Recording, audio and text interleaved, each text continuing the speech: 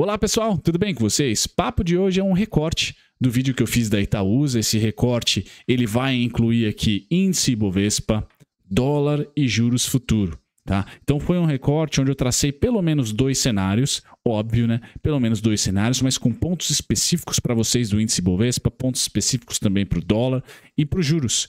Como se comportar nesse pós-eleição, segunda-feira, né? O que pode acontecer? Eu traço para vocês o cenário base e dou pelo menos um alternativo, aquele que eu acredito e uma alternativa. Deixo com vocês aqui esse recorte, é um recorte meio longo. Vejo vocês lá no final. Esse papo desse conteúdo aqui, pessoal, também vai englobar índice Bovespa, como vocês estão vendo. Também vai englobar dólar. Também vai ter EWZ, como que tá a ótica do gringo em relação à nossa bolsa pré-eleição, tá?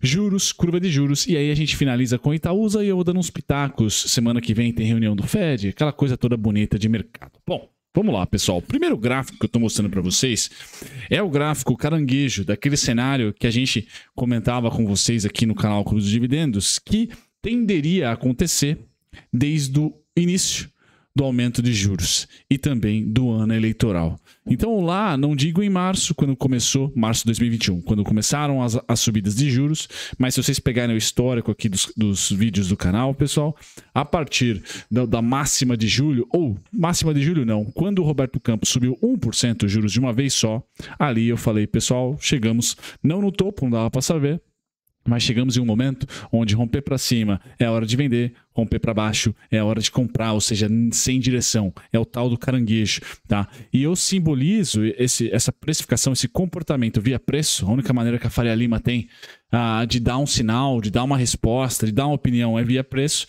tá? É exatamente aqui, ó. Então nós saímos de outubro de 2020, tá? Navegamos aqui por um cenário de alta com juros baixíssimo, 2%, tá? E justamente em março, a gente teve a primeira queda. Não só a queda veio pelo aumento dos juros, o Selic sai de 2 e vai para 2,75, eu não me lembro, 2,50, 2,25, etc. Mas também nós tivemos ali o pior momento da nossa pandemia. Tá? Lembre o caos que foi em março e depois foi repercutido nos sinistros das seguradoras. Tá? E o lado oposto foi repercutido nos leitos dos hospitais.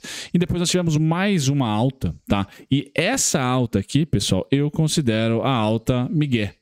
Tá? Então, durante toda essa alta de março em diante, eu já comecei a colocar na minha cabeça que, olha, rompeu para cima, e nesse caso romper para cima é romper a máxima de 2021, pré-março, como rompemos aqui em junho, julho, tá? Esse rompimento aqui foi fake, na minha opinião. Porque as condições macro não estavam mais favoráveis aqui do que estavam aqui. Tá? Então, se tivesse um indicador, tipo o IFR da vida, ele ia estar dando uma divergência. Tá? De preço para cima e indicador para baixo, por exemplo. Tá? Legal. Mas da mesma maneira que a gente foi apertando as condições financeiras, tá certo? Nós tivemos, além do aperto, nós tivemos a PEC dos precatórios, que está simbolizada nessa fase aqui, ó. Tá? Que foi ali setembro, outubro e novembro. Tá? E eu com a mesma máxima. Olha, mesmo apertando as condições financeiras, tá? Nós ainda tivemos um ano inteiro de 2% de taxa de juros. Então demora. Ou seja, se rompermos para baixo, é hora de comprar. E esses são os dois fundos que eu carrego. Esse aqui eu carreguei para 2021, tá? E esse eu carrego para 2022. Como não rompemos, carrego para 2023. Se romper, é hora de comprar, na minha opinião, tá? E aí, quando nós rompemos na PEC dos precatórios, o mercado deu sinal. Olha, passou o fiscal, ou seja, eu adoro notícia ruim, eu adoro notícia boa, Faria Lima. Eu só não gosto de não saber. Da incerteza. Quando a gente teve a certeza de quanto ia ser o rombo, o primeiro rombo do teto veio aqui, show, o mercado voou. Por quê? Política fiscal, como foi a PEC dos precatórios, ponto 1, a primeira PEC, tá? É boa para o mercado no curto prazo, faz preço no curtíssimo prazo. E aí, o alvo estava definido. Pum. Legal, tá? Chegamos, pessoal, em 2023, nesse tipo de padrão aqui, ó, 21 a 24 mil pontos de alta, entre 20% a 30 não, entre 20% a 22%, tá, de alta, de uma mínima para uma máxima, eu já falo, poxa, tá na hora de vender. Tá na hora de vender. É esse modus operandi que me colocou aqui neste momento pós-PEC dos benefícios, que foi o mesmo comportamento da PEC dos precatórios. Então, a história não se repete, mas ela rima. Tá? Quando soubemos quanto ia romper o teto, boom. E espero ter gerado valor para vocês aqui no Índice Futuro. Nós tínhamos pontos nos relatórios que eu passo semanalmente para quem é membro do canal, aqui 96.970, 96.020. Tá? E aí, quanto subimos dessa mínima até a máxima aqui, pré-primeiro turno? 20 mil pontos, está muito próximo. 21%, muito próximo. Tá? E agora, pessoal, vem a direita do gráfico. O que eu imagino que vai acontecer com a direita do gráfico? Tá? Vamos lá. Nós devemos ter o meu cenário base. Tá? A única maneira de azedar a bolsa, e o azedar para mim é romper essa mínima, que agora está para 2023, mais uma mínima para 2023. Tá? Estou desenhando em vermelho as mínimas. Tá? Então, se rompermos, eu já vou falar para você qual é o cenário de rompimento. Eu vou falar agora. Na minha opinião, a gente só rompe os 106.435 e vamos aqui para os 102.915, 101, 180, caso haja um terceiro turno. Tá? Não acredito que se Bolsonaro ganhar, a bolsa caia. Não acredito que se Lula ganhar, a bolsa caia. Mas eu acredito que se Bolsonaro ganhar, se Lula ganhar, por exemplo, tá? E o Bolsonaro repetir ou tentar repetir o modus operandi, como foi a semana passada, algo parecido com o Capitólio nos Estados Unidos, isso deve trazer muita incerteza para o mercado. De novo, o mercado gosta de notícia boa, notícia ruim. Por isso que ambos os candidatos vencendo, na minha opinião, é bolsa para cima. Tá? Agora, se tivesse terceiro turno, e eu acho que foi muito do que aconteceu de queda dessa semana, foi muito isso, tá? Não pesquisas necessariamente, tá?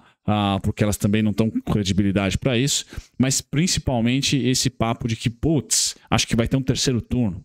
Tá? Acho que vai ter tensão pós-eleição. Então, o meu cenário base não é esse, não é o do terceiro turno.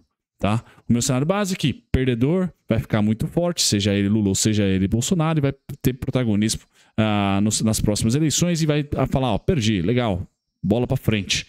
Tá? O povo escolheu. Beleza? Então, o meu cenário base é o quê? A gente dorme até pode ser no mínimo aqui 103.220, 112.760. É o cenário amarelo. A gente não cairia mais do que lá. Tá? E o norte, ou seja, o verde, um repeteco, pessoal, eu sou um analista que vai sempre colocar para vocês aqui projeções, quando certas e quando erradas, mas com base sempre no contexto. A história não se repete, mas ela rima. Então eu estou projetando os tais 20%, 21%, 22%, tá? A partir da mínima pré-primeiro turno. Tá? E isso gera um alvo para mim aqui nessa pancada de pontos. 123, 124, 125, 126, 128. Tá? Especificamente esses pontos aqui. Tá? Então, esse é o meu cenário base. Tá? Esse é o meu cenário base. Beleza. Segundo cenário para o índice Bovespa, vamos supor que tenha rusga. Independente do resultado, quem for campeão, tem a treta. Tá? Se vier treta, vulgo terceiro turno, seja por uma semana, seja por duas, seja por um dia, pessoal. Um dia também não. Seja por 3 dias, 3 pregões, tá? Aí eu tenho um segundo cenário que não é meu base, que a gente enxuga, ultrapassa o 113, usa o 113 como resistência, inclusive depois, tá? E vem direto para os 102.915 ou 101, 180. Mesmo chegando nesse ponto de 101 aqui, ou 102.915, mesmo chegando nesse ponto, eu ainda vou acreditar que até dezembro a gente vai ter o verde. Se ele não vai vir para cá, se ele não vai vir a partir da mínima pré-primeiro turno, tá? Ele virá a partir do 101, 102. Tá? Aí eu projeto 20% para cima. A gente chegaria a um alvo, pessoal, algo em torno de 123, 124 mil máximo, 122 mil máximo. Tá? 123.500 ali. Tá? Ao invés de projetar, então, 21%, 22% a partir da mínima pré-primeiro turno, tá? Eu projeto um pouquinho mais abaixo. 4 mil pontos abaixo aqui. Aproximadamente 3,5, 4 mil pontos aqui abaixo. Tá? E aí, do 128, menos 4 dá 124. Tá? Do 121, menos 4 dá 119. Ou seja, eu ainda tenho o verde até dezembro. Seja ele projetado a partir do 112, 113, seja ele projetado a partir do 101, 102. Certo, pessoal?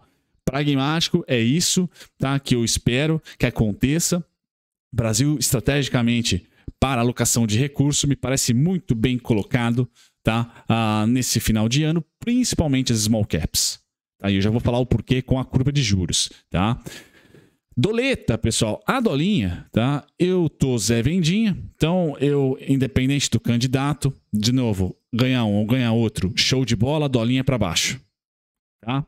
O problema do dólar é o terceiro cenário, é o terceiro turno. Terceiro cenário, terceiro turno, tá? Se tiver estilo Capitólio aqui no Brasil, aí ferrou, tá? Aí o risco vai para cima. Aonde que o dólar vai? Não é meu salário base, mas tem que pôr aqui. 551,5, mínimo. Depois tem os outros 3 pontos aqui em sequência. 5,63, 5,65, 5,68. Esse é o cenário. Tá? Nós faríamos aqui, também vou pôr de vermelho, né? Porque é ruim, péssimo, pra falar a verdade. Para a inflação, inclusive. Seria esse movimento. Tá? Agora, é o oposto. Quer dizer, o oposto não é esse o movimento, mas é quase o oposto. Tá? Que é esse movimento que eu espero. Pum. O oposto. Literalmente. Tá? Onde o nosso principal destino é o 4,96, 4,95, 4,89. Essa é a região de preços aqui. Tá? Com grande pedágio, os 5,110, mas lá em dezembro, até o final do ano, a gente fecha, quem sabe, é abaixo dos 5. É um cenário básico que eu tenho. Otimista, pessoal? Puta, pra caramba. Por quê? Porque nosso juros está nas alturas. Tá? Eu ainda considero esse dólar descorrelacionado com o que o nosso juros está pagando. Beleza? Então é isso. Esses são os dois cenários para os dois grandes ativos aí, principalmente vocês que tradam. Muito bem, pessoal. Obrigado por ter ficado até o final. Para quem ficou, deixe nos comentários. Esses foram os cenários. Espero ter trazido para vocês um pouquinho da minha cornetada, na minha opinião, como serão refletidos aí nos preços. Mas segunda-feira é o alto mercado, né? Mãe de Ná, é um chutômetro danado, mas tem que ter viés. Eu sou o tipo de analista, acho que eu falei isso durante o conteúdo, que sempre acredita que a história, ela rima, não se repete, mas ela rima. Então eu sempre vou estar olhando para a esquerda das coisas, para a história de fato. Então dou muito valor para o que já aconteceu. E eu sou também bem favorável àquele trader, àquele investidor que tem viés. Ou seja, eu vou apostar em um tipo de acontecimento, tá? Futuro, vou projetar ele, e caso ele não aconteça, eu estopo com força, né? E não fico dúbio, não fico mudando de um cenário para o outro, tá? Eu primeiro encaro, perco, revejo aí o que eu posso ter errado e aí formo mais um cenário. Eu sempre vou estar, entre aspas, enviesado. Sei que tem muita gente que não gosta disso, tá? Mas esse é meu tipo. Espero que vocês tenham gostado e eu passo aqui para deixar o merchan. Quer fazer swing trade, quer utilizar suas operações táticas para proteger sua carteira com opções e com ações, é o primeiro link da descrição com um baita descontão para vocês. Tchau, tchau!